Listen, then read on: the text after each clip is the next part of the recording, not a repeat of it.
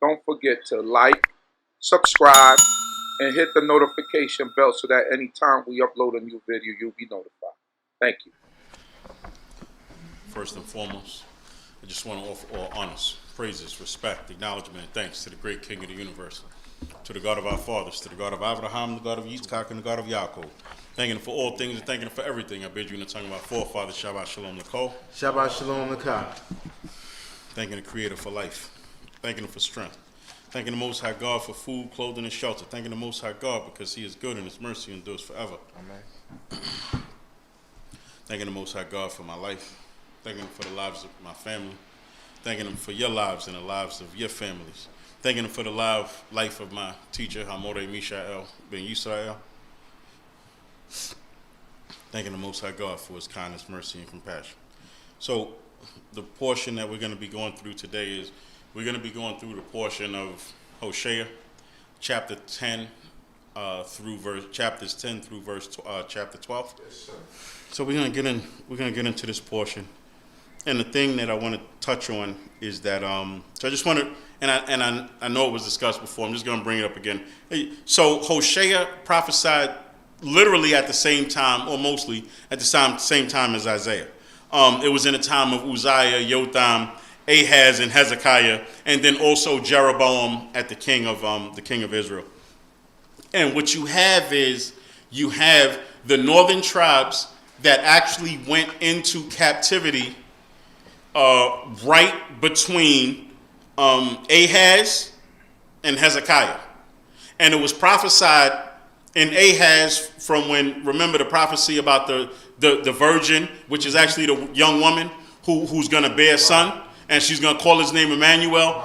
That's where that prophecy stemmed, and basically was the point where God was telling Ahaz, don't worry about Israel and Syria, because I'm going to, within this amount of years, they're going to be broken.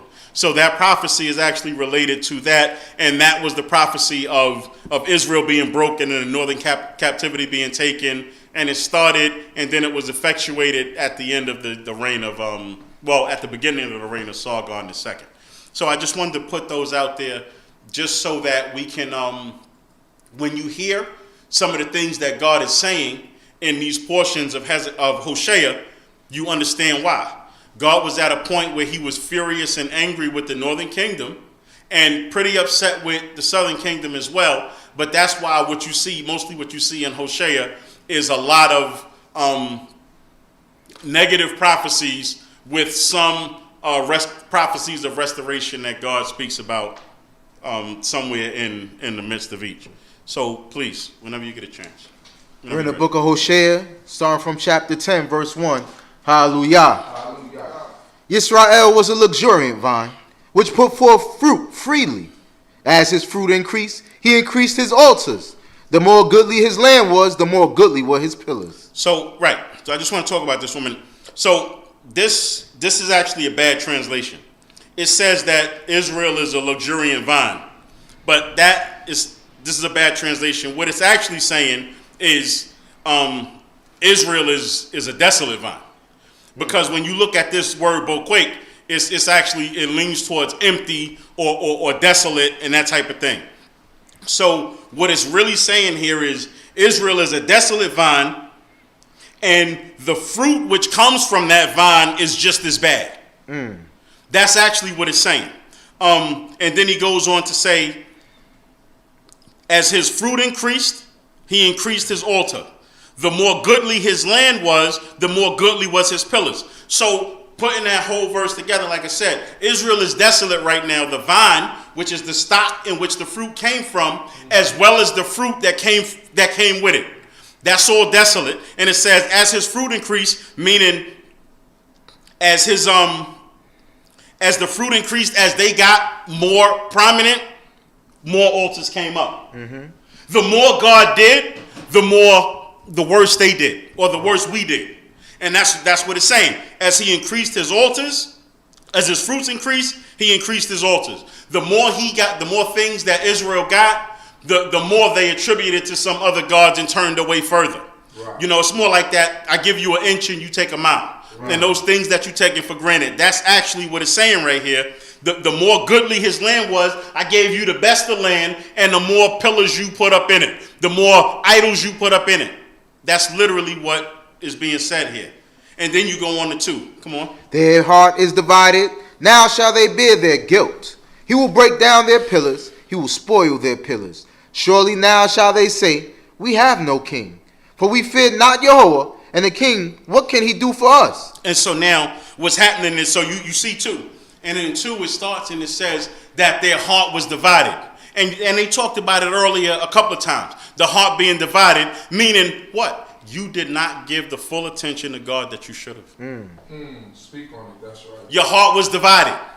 You gave praise to God, but you gave praise to something else with God. And that's why when I talk about certain things, and when you heard, because you said it, that was actually been the theme all day. When your focus is split between God and somebody else, and it was also talked about by Chief Nath last week, that's that adulterous act that's going on in your mind because you're mixing up 2 different concepts. God is pure all by himself.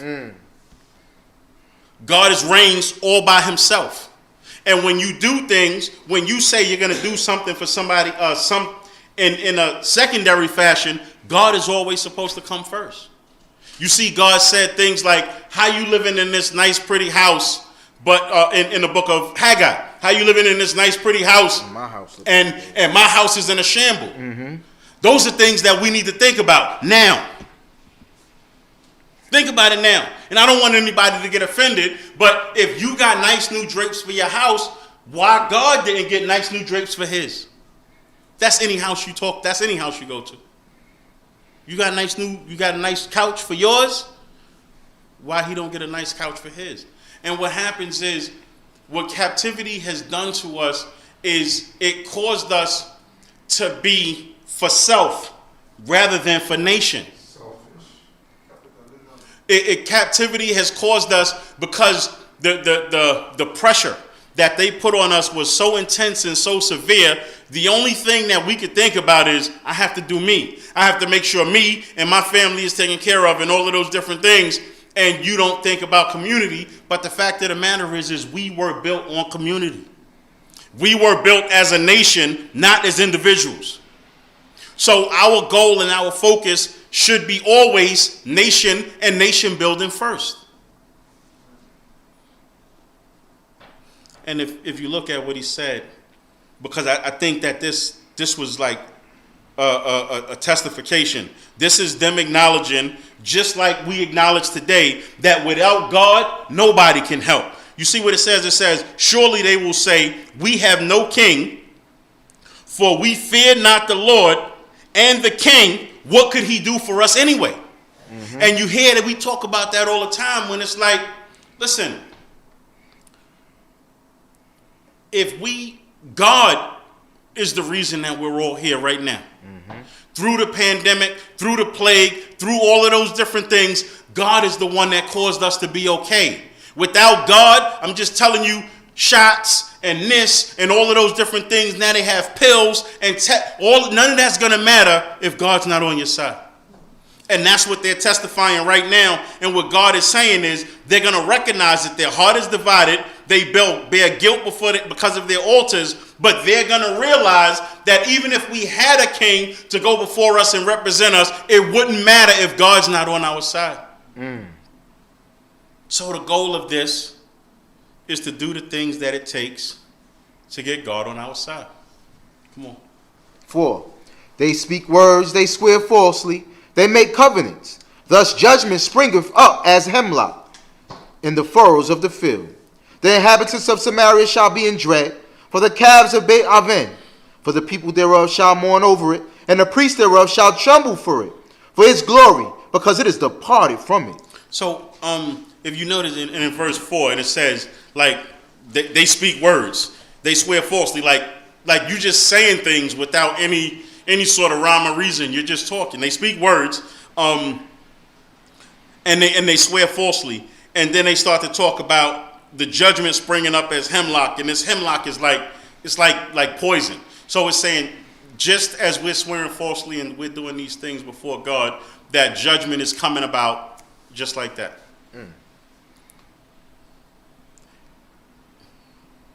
And the people are going to mourn for it. They talk about these calves of Aven, and I forgot who talked about it earlier today. But that calf and that golden calf, I mean, they talk about Beit Aven, but if you break down the Hebrew word Beit Aven, it's not really a place per se. What it's really just talking about is house of iniquity. That's all it's really talking about. So what it's talking about is these calves that we put up in these different houses of iniquity that they had all throughout the land. You see, they had one in the tribe of Dan. This is the same golden calf that they pulled back from Egypt, and you talked about it in Exodus 32. Right. Same golden calf, just a variation. But it shows you when God said, don't even inquire about the way they serve their gods, that's why. Because even though they have their different variations, it's still idol worship in some form or fashion, and that's why we need to stay away from it. So when you hear us talk so hard about it, but that's the reason. Because God speaks about it all the time. And so when you see these calves of Aven, that's all it's talking about. These calves in these houses of iniquity that they built in order to do worship these false gods. That's all it is. Come on. Verse 6. It also shall be carried unto Assyria for a present to king contentious. Ephraim shall receive shame, and Israel shall be ashamed of his own counsel. As for some, before you go too far. All right. So I just want to touch on this for a minute. So this King Yarev that they're talking about is probably this Yarev. There was no Assyrian king Yarev. What it is probably from that word reef, which means strife, which means he will contend. And there are a couple of different conjectures related to this, but you can read about both of these in 2 Kings 18. Some people say that this is Sargon II, because it's saying as they're going to be carried away, this is going to be a gift to the king when they're being carried away. And the king that actually carried away Samaria was Sargon II. Or you can look at it as Sennacherib, because Sennacherib is the king that Hezekiah literally bought and gave gifts to in order to get them to leave him alone. So one of those two Assyrian kings, but you can read about the concept of this is really discussed in 2 Kings 18. Come on. As for Samaria, her king is cut off, as foam upon the water. The high places also of Aven shall be destroyed, even the sin of Yisrael. The thorn and the thistle shall come upon their altars, and they shall say to the mountains, cover us, and to the hills, fall on us. From the days of Gibeah thou hast sinned, O Yisrael. There they stood, no battle was to overtake them in Gibeah, nor the children of arrogancy. So this city Gibeah is probably referring to the same city of Gibeah, which is in the land of Benjamin, which is actually the birthplace of King Saul. Come on. When it is my desire, I will chastise them, and the people shall be gathered against them, when they are yoked to their two rings. And Ephraim is a heifer well broken that loveth to thresh, and I pass over upon her fair neck. I will make Ephraim to ride. Yehudah shall plow, Jacob shall break his clods. Sow to yourselves according to righteousness, reap according to mercy. Break up your fallow ground, for it is time to seek Yehovah. So he come and cause righteousness to reign upon you. So if you notice, and that's one of the things that's so beautiful about God, because even in the midst of God speaking negative prophecies, he always gives you the path to return. So in the midst of all of that, he still says, in the midst of all of this that's taking place, but you know what? Sow to yourselves righteous according to righteousness, reap according to mercies, break up fallow ground. What? It's time to seek God. When things are going bad, guess what? It's time to seek God. When things aren't going the way you like it, guess what? It's time to seek God. Right. We need to learn that rather than take things worse. You have people who say, I walked away from Israel because I needed time to get myself together. That's the worst time. I mean, if any time is bad to walk away from God, but to walk away from God in order to get yourself together, it's never gonna happen. Seek God. Till for it is time to seek God. When you feeling a little bit unsettled because of some of those things that Chief Meku talked about this morning, because of the different oppression and the different things that we felt, you know what? Time to seek God. If you come into the congregation and you feel like the people don't treat you in a way that you feel like you should be treated, guess what? Time to seek God. Whenever adversity comes into play, guess what? It's time to seek God till he come and cause righteousness to reign upon you. It's always time to seek God. When adversity happens, it's time to seek God. Come on. Ye have plowed wickedness. Ye have reaped iniquity. Ye have eaten the fruit of lies. For thou didst trust in thy way and the multitude of thy mighty men. Because you already did that part. You trusted in the lies and you saw the iniquity. We already did that part. But now is the time that we need to seek God. And I know sometimes, because it says so much, it almost sounds like a cliche.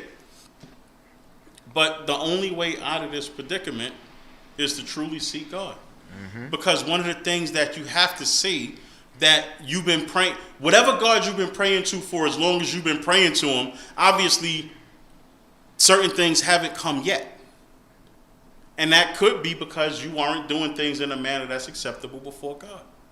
So sometimes you need to just go cold turkey, cut certain things, and you just need to really, truly put your focus on God. And putting your focus on God, because look, God is one of those, God is the one who said he don't play second fiddle to anybody or anything. Right. So if you think you're going to halfway seek God, you are not seeking God. What did Elijah say? He said, how long are you going to hold between two opinions? You need to make up your mind and seek God. In Deuteronomy, it says what? Seek me with your whole heart and with your whole might, with all your heart and with all your might. That's how you seek God. If you halfway seek God, if Shabbat isn't one of those things where you want to jump up and do something valuable, listen, are you really seeking God?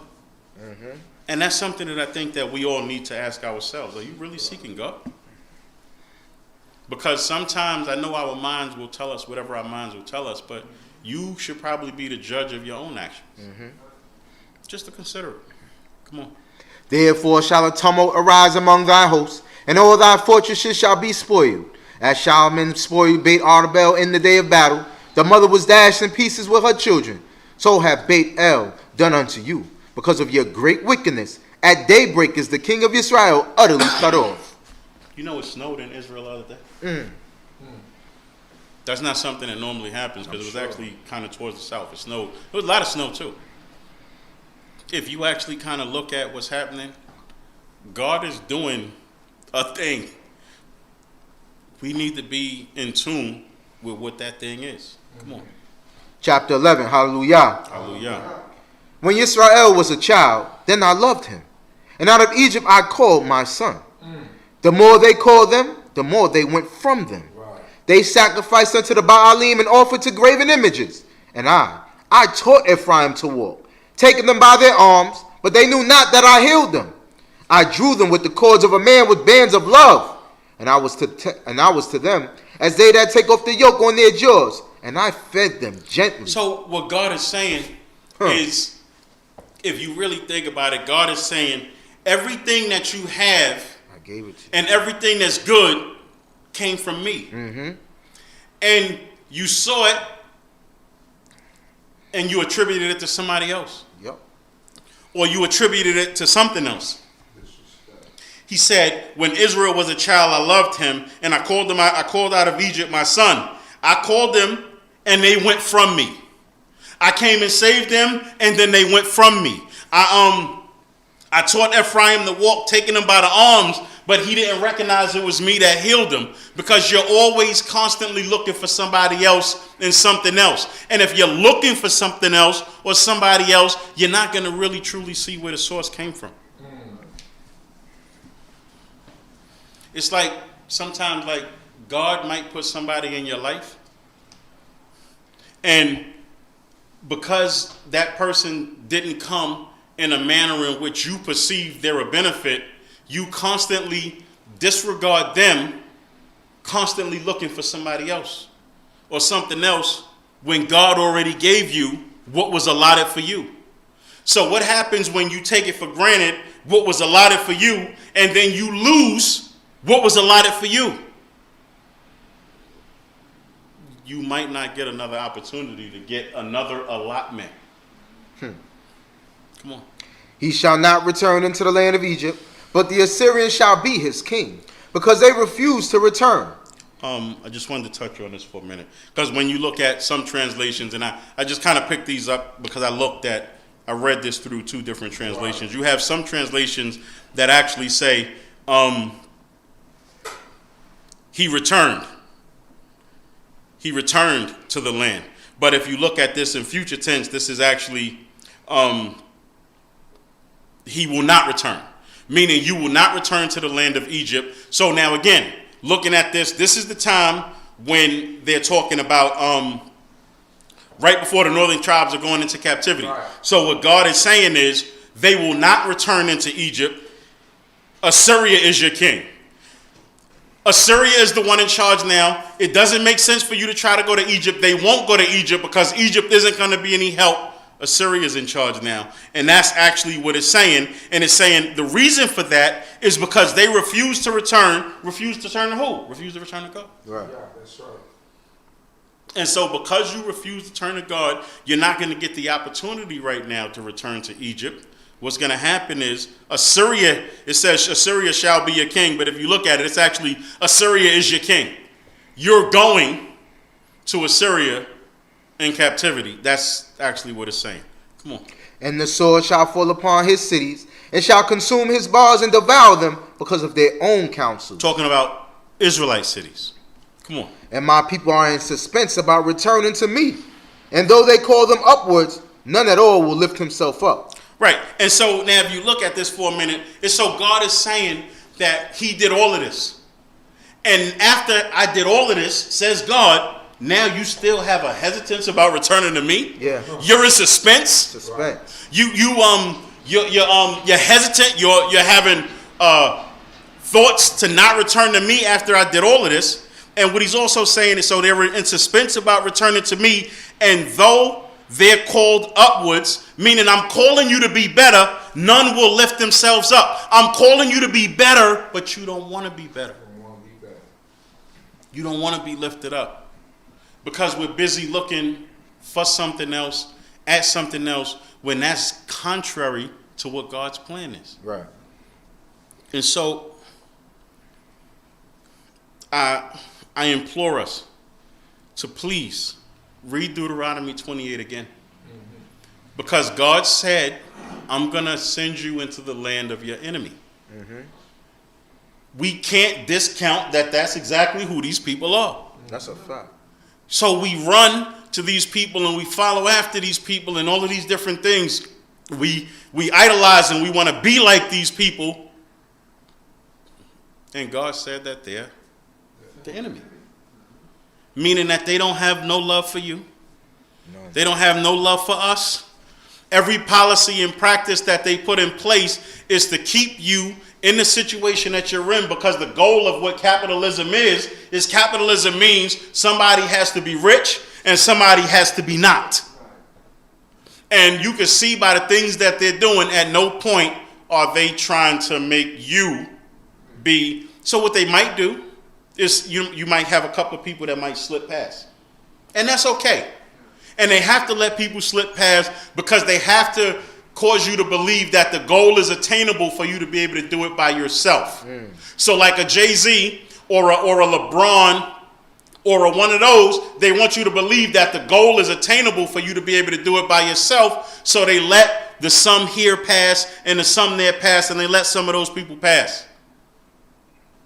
But based on Torah, you're never meant to do anything by yourself. Everything is meant to be done as a community. So what happened is, you're looking for individual accolades and accomplishments when this is a team-oriented effort. Come on. How shall I give thee up, Ephraim? How shall I surrender thee, Yisrael? How shall I make thee as Admah?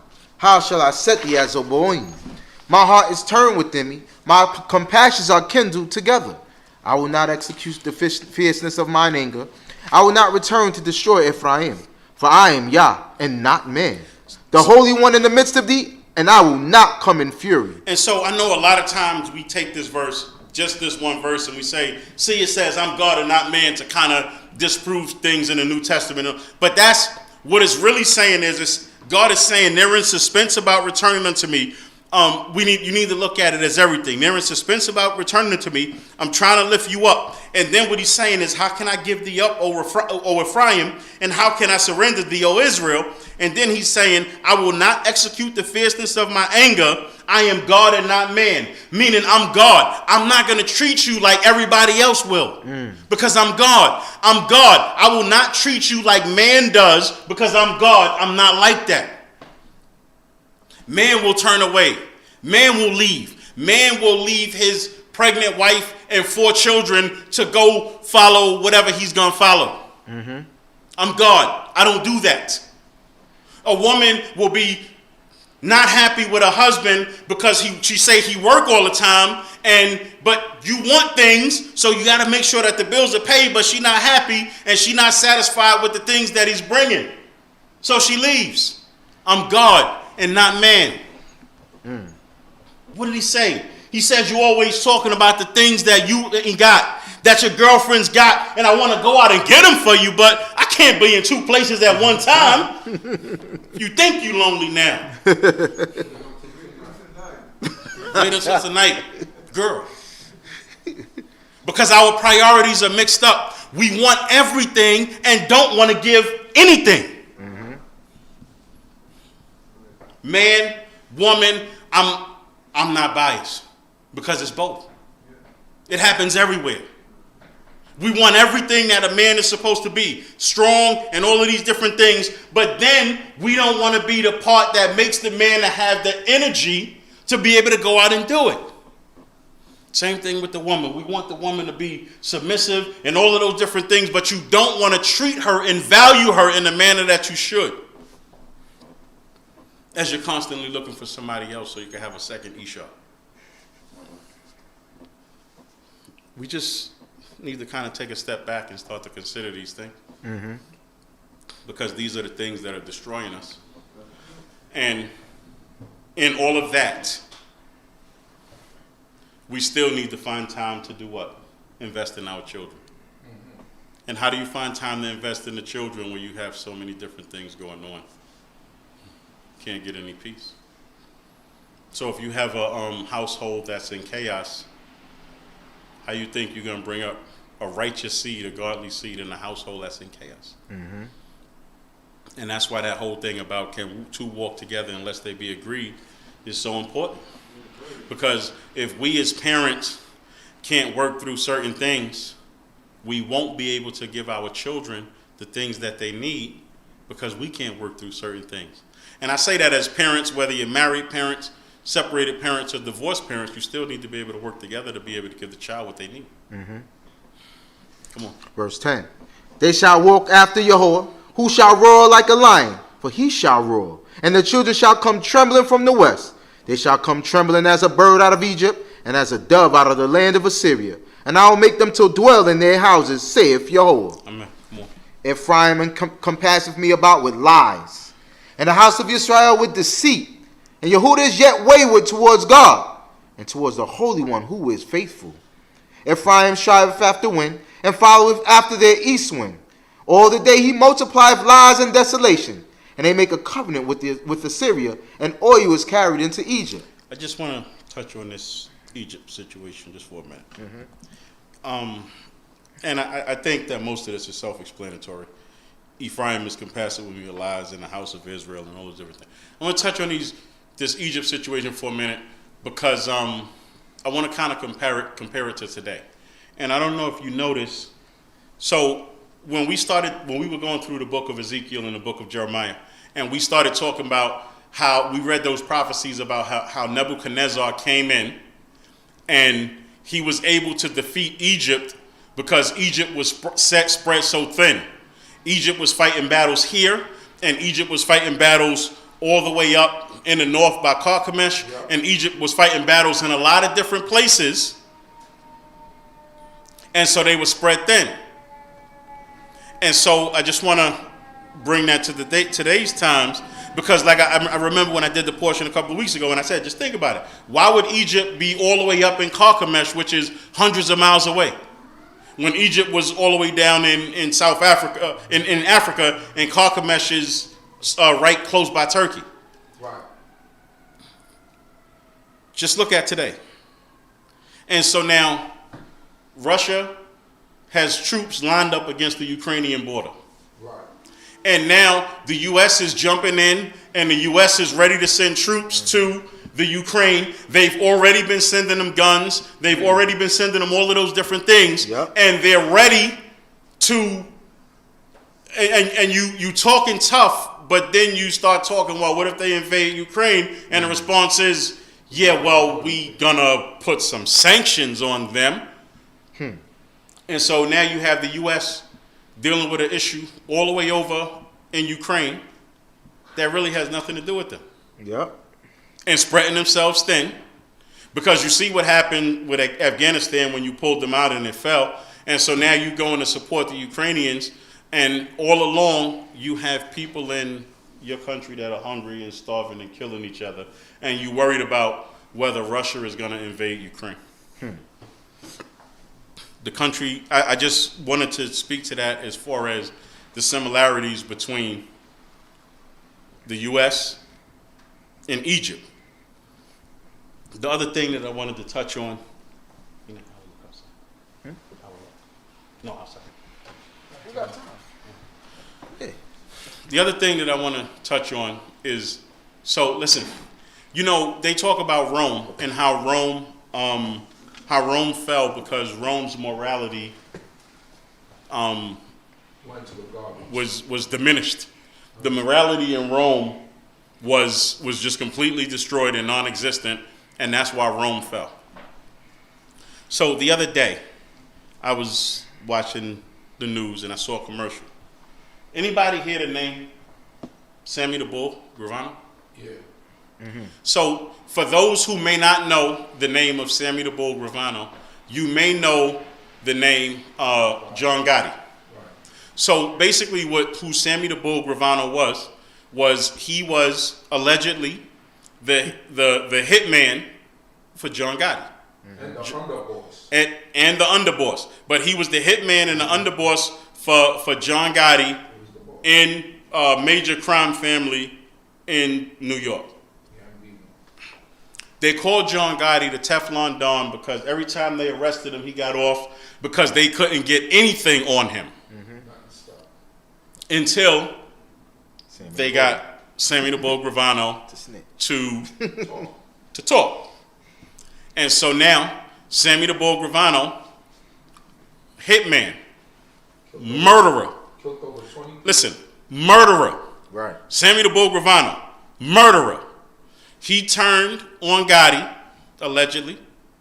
He was in a witness protection program somewhere in the Southwest, allegedly. And now that the major factions of the Gambino crime family are either dead or in jail or whatever it is, now Sammy the Bull Gravano resurfaces, and he got him a reality show. No. And he has a reality show.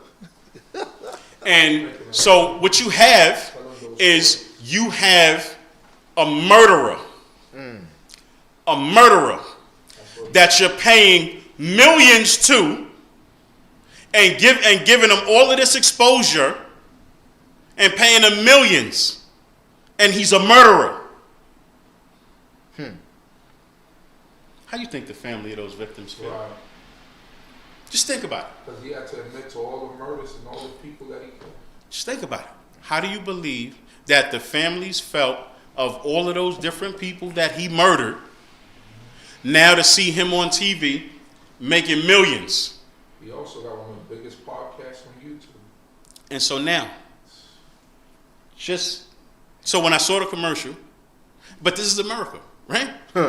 This is America. And I saw the commercial, and so the daughter was on, so the daughter said, I mean, I don't know the Sammy the Bull that they talk about. All I know was Dad. He came home and he was Dad. And then it switched to him, and he said, this is literally what he said. He said, well, I mean, what am I supposed to do? Well, I'm supposed to come home and right in the middle of dinner be like, yeah, hey, baby, how you doing? How was your day? Yeah, I murdered about 3 people today. Wow. And that's the commercial. And that was the commercial. That's insane. I say all of that to say that God is causing us to see that this place is being is imploding. We need to be able to see it. I think the issue, however, is because we become so self-absorbed in our own, in us being self-centered. We become so self-absorbed that we're not really looking at everything else. Because all I can think about is me, and all I can think about is my progress. And it doesn't matter how my progress may adversely affect other people, as long as I can get the things that I want, me. Just think about it. Come on. Yahweh hath also a controversy with Yehuda, and will punish Yaakov according to his ways. According to his doings will he recompense him. In the womb he took his brother by the heel, and by his strength he strove with the godlike being. So he strove with an angel and prevailed. He wept and made supplication unto him. At Beit El he would find him, and there he would speak with us. But Yahweh is of our oath. Yahweh is his name. Therefore turn thou to thy God, keep mercy and justice. Amen. And wait for thy God continually. So right in the middle of God talking about the different things that Israel was doing, he jumps back in and he says, turn to God, keep mercy and justice, giving you a recipe on how to return to God and how to be better. So the messages are always there, even in the midst of God speaking about how angry he is with our actions. He's always given us that opportunity to be able to return. But then, come on. As for the trafficker, the balances of deceit are in his hand. He loveth to oppress. And Ephraim said, surely I am become rich. I have found me wealth. Listen to this. In all my labors they shall find in me no iniquity that were sin. Read that again. And Ephraim said, surely I am become rich. I have found me wealth. In all my labors they shall find in me no iniquity that was sin. So what he's saying is, you know those people who kind of walk that line, and they walk the line purposely. They say things purposely because as soon as you check them on what they're saying, they want to be able to say, show me in Torah where I sinned. I didn't do that. Right. That's what he said. He said, yeah, I got rich through all of that. It says the trafficker and the balances of deceit are in his hand. So it's talking about deceit. So deceit is negative. It says the balances of deceit are in his hand. He said, and how he loveth to oppress. Mm-hmm.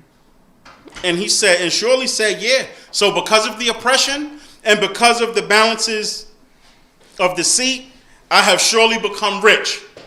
But show me where I broke Torah. Show me in a book where I broke Torah. And that's what he's saying. But when you use words like oppression and deceit, obviously you're talking about breaking Torah. Right. But he walked that line, and those are the people that are very dangerous.